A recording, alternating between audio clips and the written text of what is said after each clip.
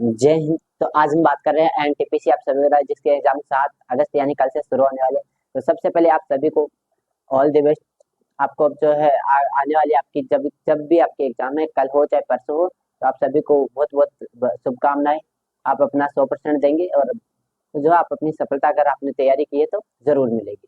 तो आज हम इस वीडियो में बात करने वाले हैं एनटीपीसी जो एग्जाम कल से अंडर ग्रेजुएट यानी 10+2 लेवल की कल से शुरू होने वाली है, उसके अंदर पेपर अटेम्प्ट कैसे करें, कितना अटेम्प्ट करें और क्या इसके बारे में सेफ स्कोर रहना है, उन सभी के बारे में बात करेंगे। तो इस वीडियो में बात करेंगे एनटीपीसी यूजी 2025 की, जिसकी एग्जाम यानी कल से 7 अगस्त से 8 सितंबर तक होने वाली है। लगभग ये 19 दिन चलेगी, बीच में छुट्टियां हैं। 19 दिन के अंदर अगर एक दिन में 3 शिफ्ट होती है, उस हिसाब से यहाँ पे 57 शिफ्ट होगी। और अगर लास्ट वाले दिन किसी दिन कम शिफ्ट हो तो हम मान ले 55 शिफ्टों में ये होने वाली है, 55 प्लस शिफ्ट में ये चलने वाला है। ये आपको पता ही होगा कि ये एग्जाम का पैटर्न। अब बात करेंगे जो है हमारे पास सेफ स्कोर क्या रहने वाला है और कितना हमें अटेम्प्ट करना चाहिए, उन सभी चीजों के बारे में बात कर। तो बेसिकली मैं आपको एक बार पैटर्न के बारे में बताना चाहता हूँ इसका। 100 क्वेश्चन इसमें आते हैं, 90 मिनट्स आपको दी जाती है, जिसमें 30 क्वेश्चन मैथ के होते हैं,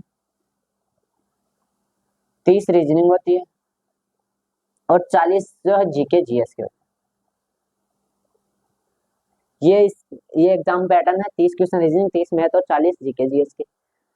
इस बार जो है आपको जो एक इंटरफेस चेंज देखने को मिला है, जो एनटीपीसी की जो है वेबसाइट आपने देख लिया होगा, उसके अनुसार अगर बात करें तो इसका मतलब ये इसमें वो बताया है कि इस बार जो आपका ये इतने दिन क्या आते थे, मिक्स आते थे, 100 क्वेश्चन क्या आते थे, मिक्स आते थे इस बार। लेकिन वहां पे बताया गया है कि ये अलग अलग सेक्शन से होंगे, 30 अलग होंगे, मैथ अलग, 1 से 30 मैथ होगी, फिर यानी 1 से 30 रीजनिंग होगी, 140 जीके, इस प्रकार से होने वाला है।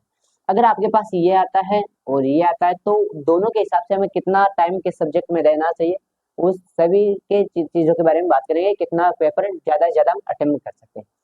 अगर पेपर मिक्स आता है आपके पास, अगर पेपर मिक्स आता है यानी 100 क्वेश्चंस कहीं से भी आ जाते हैं, पहले रीजनिंग मैथ जीएस कहीं से भी शुरू हो रहा है, बीच बीच के अंदर आ रहे हैं, तो कैसे हम अटेम्प्ट करें।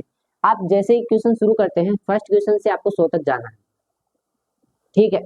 और अगर आप ऐसा नहीं आपको 4-5 राउंड लगाने हैं, नहीं लगाने, सबसे फर्स्ट राउंड में आपको कौन से हल करना है, मैथ के क्वेश्चंस। और रीजनिंग में अगर मैं बात करूँ 30-30 में, जीएस तो आपको पता है कि अगर आ रही है तो आ रही है, नहीं आ रही है तो नहीं आ रही है, ठीक है। अगर आप इन दोनों में बात आती है कि इसमें कौन से अटेम्प्ट करें और कौन से नहीं करें, तो अब तक आपने जो है ग्रेजुएट लेवल का पेपर जो हुआ था पीजी का, तो वो आपने देख लिया होगा। उसको देखने से आपको पता लगा होगा कि जो मैथ और रीजनिंग आ रही है वो एक एवरेज आ रही है, न तो ज्यादा हार्ड आ रही है और न ही इजी आ रही है, मॉडरेट भी नहीं आ रही, इजी से थोड़ी सी मॉडरेट तक जा रही है, हार्ड तो बिल्कुल नहीं आ रही। यानी कि 60 में से वहां पर हर स्टूडेंट जो तैयारी करके जा रहा है वो 55 प्लस बना पा रहा है। तो अब यहाँ पे हम फर्स्ट राउंड के अंदर जब जा कर रहे हैं 1 से 100 तक, तो कितने हमें ज्यादा से ज्यादा करने चाहिए और कितने छोड़ने चाहिए, तो कौन से क्वेश्चन यहाँ पे करने चाहिए, उन सभी के बारे में बात कर रहे हैं। तो अगर आप मिक्स क्वेश्चन में 1 से शुरू करते हैं, बीच के अंदर ये क्वेश्चन आ रहे हैं, 40 क्वेश्चन यहाँ पे आपको जीके के हैं, तो आपको इन तीनों में कितने अटेम्प्ट करने चाहिए फर्स्ट राउंड में। तो मैं बोलूंगा आपको फर्स्ट राउंड में 70 से 75 क्वेश्चन अटेम्प्ट करने हैं। कैसे करने हैं, कौन से छोड़ने हैं, तो जैसे जैसे आप यहाँ पे जाएंगे रीजनिंग और मैथ के, आपको दो तरीके से क्वेश्चंस देखने को मिलेंगे। एक तो कि जनरल जो है 1 लाइन 2 लाइन में सोल्व हो जाएंगे, ठीक है। ये रीजनिंग के तो आप सभी को पता है कि हालांकि रीजनिंग तो देखना होता है कि कौन सा क्या इसका हो रहा है, तो 1-2 लाइन के होते हैं मोस्टली। लेकिन अब मैथ में 1 लाइन और 2 लाइन से, दोनों में ज्यादातर क्वेश्चंस क्या होते हैं, 1 लाइन 2 लाइन से हो जाते हैं, तो उनको तो आपको करना ही करना है। तो 60 में से लगभग 40 क्वेश्चंस तो आपको ऐसे मिलेंगे जो 1 से 2 लाइन में हो जाएंगे, तो उनको फर्स्ट राउंड के अंदर करना है। 40 तो फर्स्ट राउंड के अंदर ये करना है। उसके बाद 20 क्वेश्चन यहाँ पे बचे हुए हैं फर्स्ट राउंड में, जिनमें से 10 क्वेश्चंस आपके ऐसे होंगे जो 3 से 4 लाइन के अंदर होंगे। तो उनको आपको क्या करना, उन 10 में क्या होता है कि हमें लगता है कि ये बहुत ज्यादा हार्ड क्वेश्चन है, हम इसको अभी स्किप करेंगे फिर से करेंगे, तो आपको ऐसा नहीं करना। आपको क्या करना है, जैसे आप क्वेश्चन देखेंगे आपको पता लग जाएगा कि ये इस तरीके से होगा, चाहे भले ही वो 3 लाइन का हो 4 लाइन का। अगर आपके पास तरीका है कि ये इस तरीके से होगा, इसका आंसर इस तरीके से आएगा, तरीका अगर पता है, तो फिर आपको जो है 3 लाइन से कोई फर्क नहीं पड़ने वाला।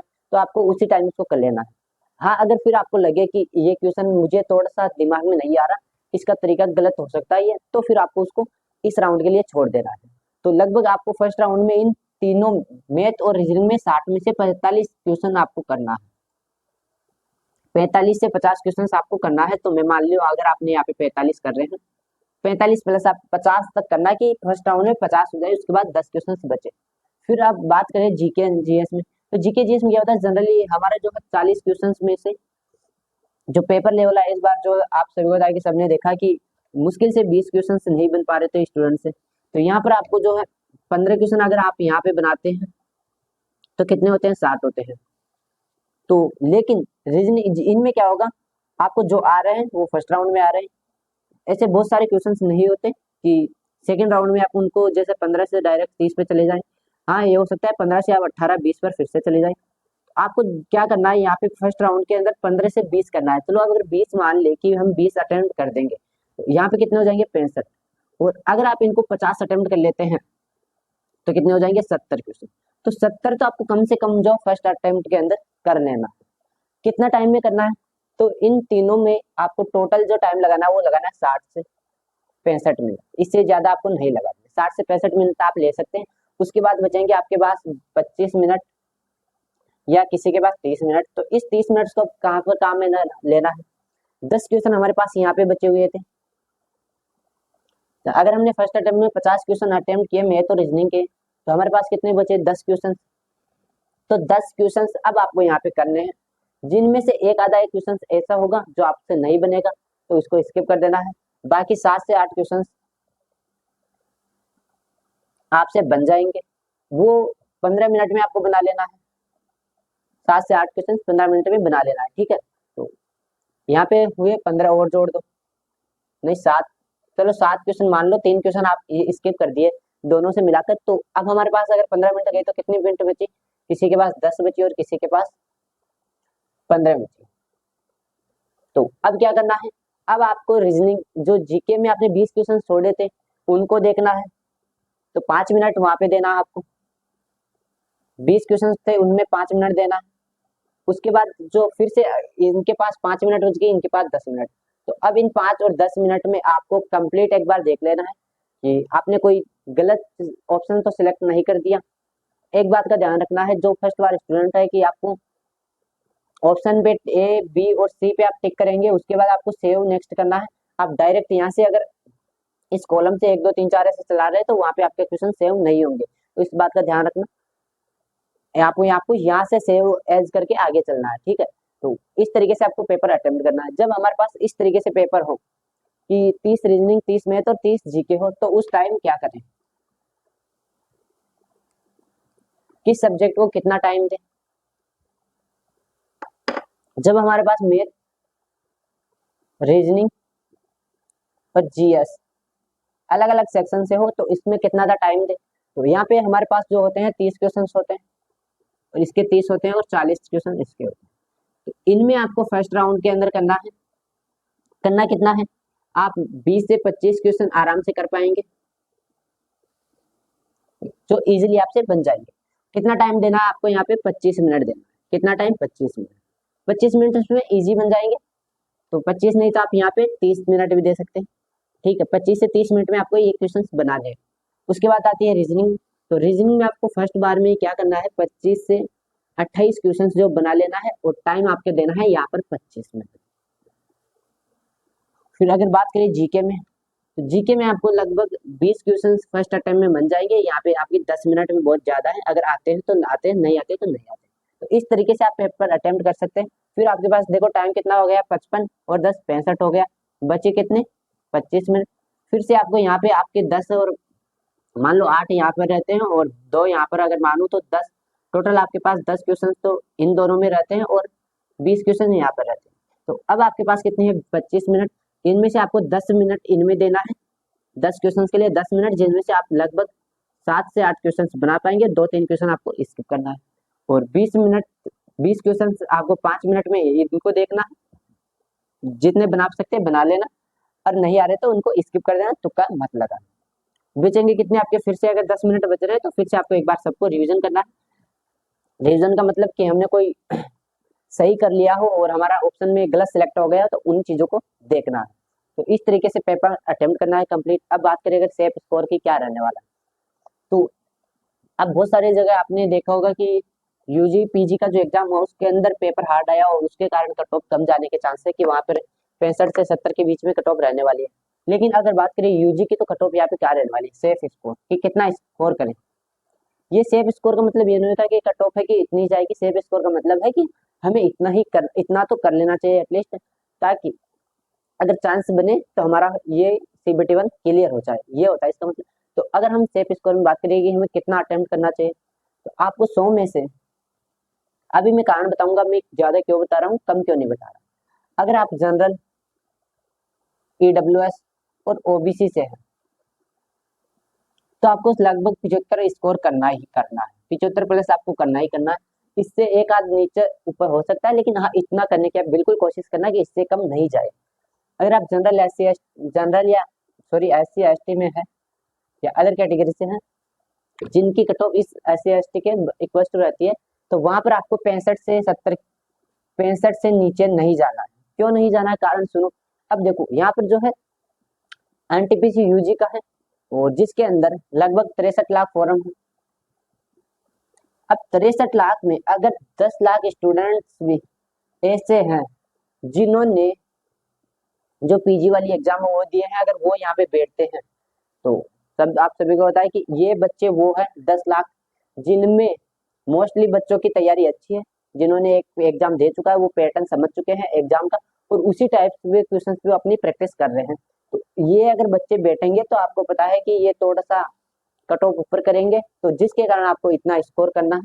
65 पे यहाँ पे नहीं चलेगा काम, बिल्कुल नहीं चलेगा। इसमें चल जाता पीजी के अंदर, यूजी में यहाँ पे 65 पे नहीं चलेगा।